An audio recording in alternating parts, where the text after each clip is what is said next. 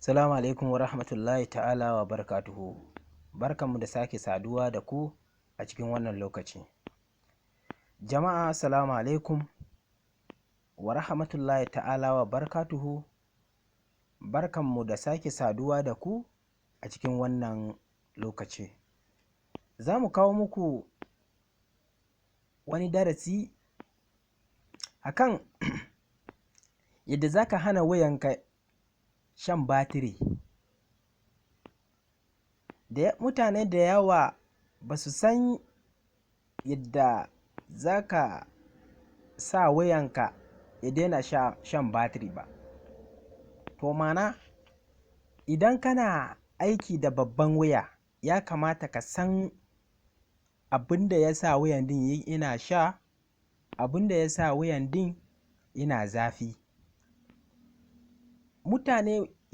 Wani mutum idan kana aiki da babban waya za ka ga wayan din batiri baya lasting, wato batirin din baya dadewa.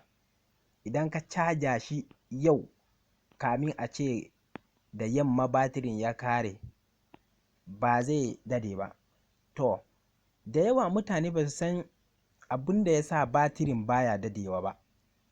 Za ka ga mutum idan yana aiki baya kula da su, abubuwa suna aiki a cikin waya baya kula da su. Yanzu kamar wasu applications ba su kamata ka bar su suna aiki ba. To da farko ba zan cika muku da surutu ba. Na farko abin da za ka shiga ka gane a nan shine, na farko ka shiga setting. Idan ka shiga setting ka zo na daya zan nuna maka location. Wannan location haka idan ka bar location nan, idan ka gan shi ka bar shi a on, to wannan ma zai sha maka batiri. Ka dinga rufe location na wayanka. Abu na biyu, wifi. Idan ka danna daga sama ka jawo sama, wifi ka rufe wifi, kar ka bar wifi yana aiki. Na uku, hotspot shi ma kar ka bar shi yana aiki, ka kashe shi. To idan ka kashe wayannan abubuwa wayanka ba zai shiga rudu ba.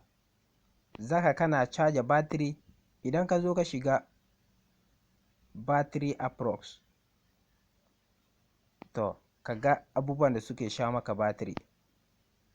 Ka gani ko? Screen, wato wutan da yake screen shine ya fi shan batiri.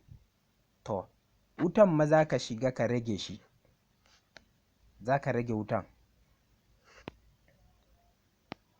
Za ka shiga wutan sai ka rage wutan. Ka gani?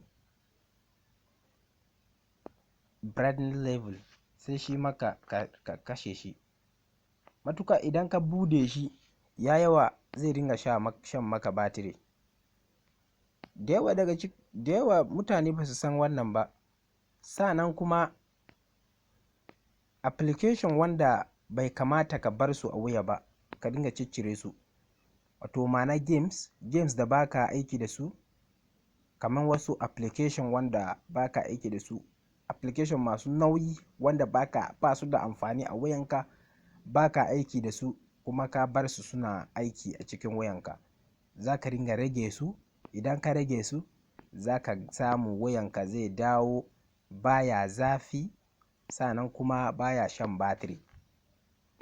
To jama'a a yi hakuri a danna mana subscribe, sannan a danna mana kararrawa, a yi mana like, sannan a yi mana sharing video don 'yan uwa su gani su karu.